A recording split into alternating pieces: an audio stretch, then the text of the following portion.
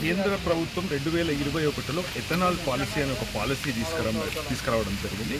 దానిలో భాగంగా మన దేశంలో వివిధ ప్రాంతాలలో ఎథనాల్ పరిశ్రమలు ఏర్పాటు చేసే ప్రయత్నం చేస్తున్నారు.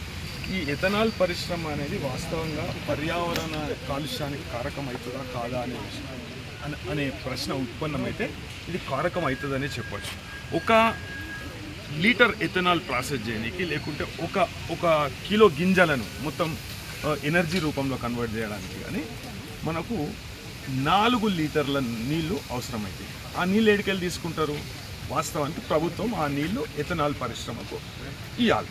కుంటలు కావచ్చు, వాటర్ బాడీస్ కావచ్చు, చెరువులు కావచ్చు, అదేవిధంగా రిజర్వాయర్లు కావచ్చు, లేకుంటే ట్యాంకులు కావచ్చు.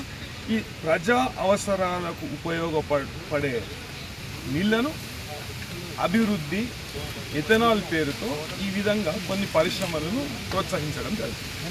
అయితే దానిలో అంతర్భాగంగా ఇంతకుముందు చిత్తనూరులో ఒక ఎథనాల్ పరిశ్రమను ఏర్పాటు చేసే ప్రయత్నం చేయడం జరిగింది. దాన్ని ప్రజా వ్యతిరేకతతో దాన్ని ఆపేయడం జరిగింది. అదేవిధంగా చిత్తనూరులో ఏ విధంగానైతే రాష్ట్ర ప్రభుత్వం కొమ్ము కాస్తున్నదో, యాజమాన్యాల కొమ్ము కాస్తున్నదో, పూర్తి స్థాయిలో వాళ్ళు ఎవరైతే వ్యతిరేకత తెలిపిండ్రో, నిరసన తెలిపిండ్రో వాళ్ళ మీద కేసులు అనేటివి పెట్టడం జరిగింది. పూర్తి స్థాయిలో అక్రమ కేసులు అనేటివి పెట్టడం జరిగింది. విద్యావేత్తల మీద రౌడీ షీట్లు ఓపెన్ చేయడం జరిగింది. అదేవిధంగా దిలావర్పూర్లో జరిగిన ఘటన, దిలావర్పూర్లో ఎథనాల్ ఫ్యాక్టరీ ఏర్పాటు చేసే ఆలోచన దిక్కుగా వెళ్తున్న యాజమాన్యాన్ని ప్రశ్నించినందుకు రైతులపై, అదేవిధంగా విద్యావేత్తలపై, సామాజికవేత్తలపై తప్పుడు కేసులు అనేటివి, అక్రమ కేసులు అనేటివి పెట్టడం జరిగింది. అదేవిధంగా ఇప్పుడు మనము ఈ పెద్ద దన్వాడ కావచ్చు, చిన్న దన్వాడ కావచ్చు, పెద్ద దన్వాడ కావచ్చు, చిన్న దన్వాడ కావచ్చు. అయితే ఎప్పుడైతే ఆడ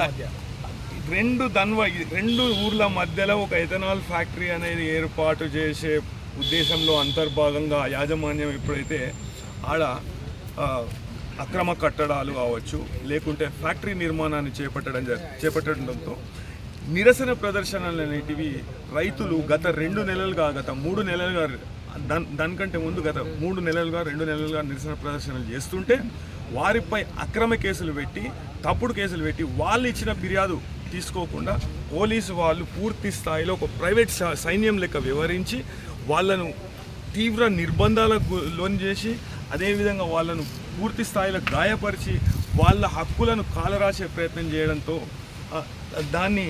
ఆ ఘటనను జాతీయ మానవ హక్కుల కమిషన్ దృష్టికి నేను తీసుకుపోవడం జరిగింది. జాతీయ మానవ హక్కుల కమిషన్ దీన్ని విచారణకు స్వీకరించింది. ఇవాళ మన మర్రి చెన్నారెడ్డి మానవ వనరుల అభివృద్ధి సంఘం రూమ్ నంబర్ 219లో ఇలా విచారణ అనేది ఉంటుంది. అదేవిధంగా దీనిలో బాధితులు ఎవరైతే ఉన్నారో వాళ్ళను పూర్తిగా మీరు తీసుకురావాలి, ఇడికి విచారణకు తీసుకురావాలి. వాళ్ళ అభిప్రాయాలను కూడా మేము పరిగణలోకి తీసుకుంటాం. పరిగణలోకి తీసుకొని ఒకవేళ దీనిలో మానవ హక్కుల ఉల్లంఘన